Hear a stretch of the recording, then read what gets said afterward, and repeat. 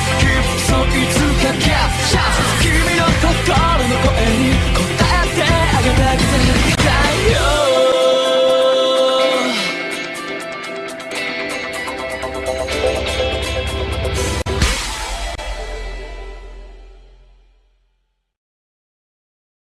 Alright you guys, ready for some fast-paced action? What is happening YouTubers? S4J finally back again, bringing you the coolest battles of yesterday and today. So my opponent's going to start things off with the Galvantula, right? I'm going to immediately switch out my Steelix and go straight out to ENTEI for two reasons. I don't want Galvantula wasting my red card, and I don't want to waste my study ability. I want to save that stuff for later on. So I'm just going to switch on to my ENTEI, threaten it, right, to try to switch out to something else. I forgot that he had the Munchlax, even though I just saw the team preview. It was like, whoa, Kashiv, substitute. It's not that easy, bro. Not this time around. So Munchlax is rocking a thick fat. I'm just gonna probably get a Lava Plume before I go forth with the whirlwind. If you guys notice, the video is kind of choppy in a sense. I did have to speed this up times 900 of its original speed because this battle was like 60 something friggin' turns, and when I went to go render it in Camtasia Studio, it took like an hour. That never happens. What? So anyway, I'm just gonna have to bring in my Steelix, right?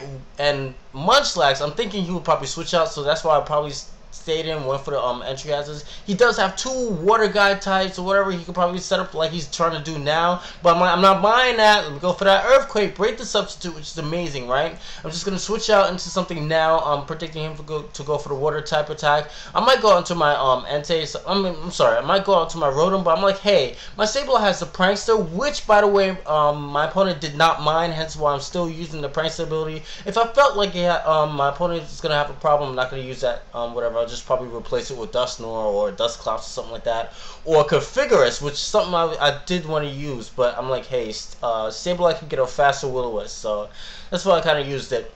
But he's just gonna predict another switch, go for the substitute, and then hit me with the waterfall before switching out after I break the substitute with Shadow Ball. I was debating whether or not I should go for the Will-O-Wisp here, but unfortunately I'm just like, okay, go for the obvious Shadow Ball, right? And he's just going to Whirlwind out, which is amazing, being that my Sableye can't do anything offensively to that Munchlax, being that Shadow Ball is his only attack. So the only thing I can do is inflict a burn, which is lucky for me that my Will-O-Wisp hit. If you guys saw my PMP video, I can't hit Will-O-Wisp to save my life. Anyway, I'm just going to switch out into Hitmonchan, right? Thinking that he might want to switch out into something else, or maybe try to go for Body Slam. Just definitely try to scare this thing away, because I wasn't initially going to stay in with the Hitmonchan just for chance, and he went out to something else. I know this guy has Packing Rest, being that I did inflict a burn. That's partially why I did want to inflict a burn onto it, just to try to coax it into using Rest, being that I don't necessarily have all too much to take on the Munchlax. I know it's Evilite, and Hitmonchan's only packing Mach Punch. It's not packing Close Combat or anything like that. So what I can do is probably keep my Steelix alive and keep hitting the thing off with the what do you call it, the Dragon Tail, which is amazing. So keep shuffling and keep resetting the turns off with the Rest, so he have to rely on probability in order to use his moves effectively, as opposed to using the commands right then and there as he wants to. Anyway, we have the Dusclops here. I'm sorry, the Duskull here, right? I'm trying to inflict a burn, and he's going to predict me to probably go for the Calm Mind or something like that, or the substitute, but he goes to the taunt, preventing me from doing those setup moves. And I'm like, okay, let me just return out real fast, go into Relicanth, and then switch right back out, because I know this guy's going to want to go for the Pain Split. I necessarily don't want to have my my ENTEI losing health yet. I'd rather have my Relicanth do it so, because Relicanth is slower, and ENTEI's like the only fast guy I have on my team at the moment. So I know I don't want to have this guy, you know, lose any HP. Any unnecessary HP or whatever. So I'm just gonna go for the Lava Plume again. I should have went for the substitute, being that I do create 101 HP base substitutes, and I think I would have taken less damage as opposed to taking a Nightshade head on. So fortunately for me, I'm gonna be able to inflict a burn, which is amazing. Go for the substitute. I'm gonna switch out to Munchlax again. So I'm like, oh my gosh, I'm playing horribly. I'm like doing horribly against this Munchlax. You know, my pride kicked in, and I'm like, you know, I don't want to waste the substitute just yet, but it won't be smart to stay in with the substitute. So what I'm just gonna do, I'm just gonna hit it with the hidden power electric, right? It does menial damage, which is nuts. And I'm so reluctant to switch out to Steelix, but it is the smarter move as I go for the Dragon Tail, right? He's gonna go for the Sleep Talk. And meaning that he switched out initially, I have to go for the rest. He's not guaranteed to wake up after 2 turns. It would completely suck if he does wake up after 2 turns, but being that I did initially want to go for the Dragon Tail, I would think that he wouldn't predict me to switch up my moves a little and then go for the Earthquake, and then afterwards go for the Dragon Tail, because I was more lenient to go for the Dragon Tail. But he went for Duskull, and he has the Levitate, which is amazing. I'm gonna go to that ENTEI, right? Just in case he wants to inflict my Steelix with a burn. I don't want Steelix having an unnecessary burn, right? Just gonna go for the Lava Plume, try to finish off this thing, and it is gone. I don't have to worry about Dusclops anymore. I keep saying Dusclops. What is wrong with me? I don't have to worry about the Duskull anymore. Unfortunately, he's just gonna bring in the Huntail, right? And I'm like, you know something? Let me stay in, being that I am initially faster. Go for the hidden power electric, and being that if Huntail does pose a potential threat to the rest of my team, I am packing Hitmonchan with the Mach Punch, so I know this thing doesn't have Aqua Jet. I don't think it will carry Aqua Jet, being that it has Shell Smash and then Waterfall, or Shell Smash and Surf. It won't necessarily make any sense just to pack Shell Smash, be originally faster, and then carry a priority move. I mean, what? Why? So, in most cases anyway. So I'm like, okay, let me just go for my Sableye for Death Fighter, right? And being that, you know, it isn't really fair for me to have a Prankster Sableye just as yet. So I take pity and I don't use Will-O-Wisp. I'm just gonna go for the Shadow Ball and use Sableye's Death Fighter. Being that, you know, I'm like, okay, that's initially why I switched in my my Sableye anyway. I'm just gonna scare off the Huntail with the Mach Punch, right? He's gonna go into Galvantula, make the predicted switch, obviously, and go for the predicted play in my part, because I was like, you know, let me just stay and probably go for the Fire Punch or something like that. But he's just gonna go for the Bug Buzz, which is alright. I mean, he does a significant amount of damage. I'm like, okay, now here's the part where I really wish I would have inflicted a burn on the Huntail, but fortunately for me, I am able to survive because Steelix is amazing. Look at those red eyes, full of fury. You think he was dying easily? Anyway, I'm just gonna finish this thing off with the Earthquake, right? And in comes Floatzel, right? So I'm like, okay, just in case he goes for the substitute, whatever, I don't see the point of saving Steelix now, being that Steelix has like 21 HP. It can't serve as a tank and or offensively anymore. So it's like no point except for Death Fighter. So Steelix has done his job, right? He's gonna go out to Galvantula as Death Fighter, so as I use Volt Switch to try to get a switch priority as to whatever he switched in. But I forgot that Galvantula had a low amount of HP, so it's quite the opposite here. He gets switch priority on me. So now he goes back out into Floatzel, being that I guess Relicanth's part rock, so he'll take neutral damage from water type attacks. But you know something, in this case, I'm not going to lock myself into Head Smash, being that my Relicanth is indeed choice banded. I'm just going to lock myself into Double Edge, being that I know that Double Edge is 100% accurate, and I do have the rock, I think the Rock Head ability, so I'm not taking damage from the recoil. And that's a dead Floatzel, so that's amazing. So he goes into oh my gosh, not just Umbreon. He goes into the bane of my existence in this battle. That's just completely, oh my gosh, let me tell you guys about this Umbreon. This is the reason why this battle took like 50-something friggin' turns. So, okay, I'm just gonna switch out, right, being that he is a curse variant.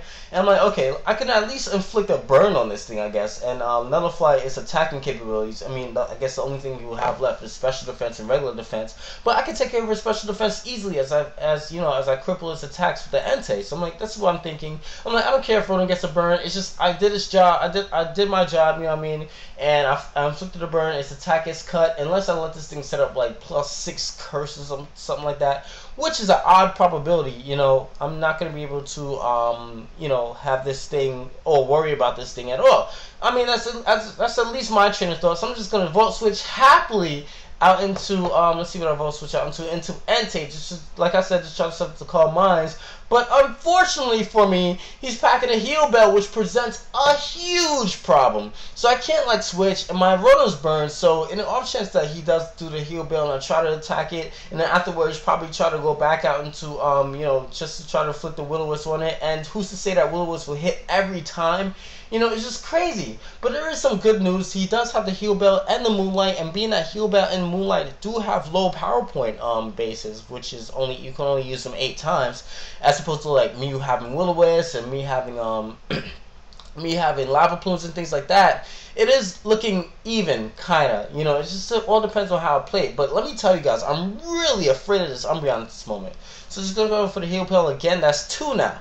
So I'm like, okay, maybe I can stall out his paybacks, because that's probably the move that I'm really afraid of at the moment. I know he's gonna probably go for the payback again, and luckily I hit a 3rd Will-O-Wisp, which is like amazing. I'm just so glad I'm hitting every single one of my Will-O-Wisps, which is great.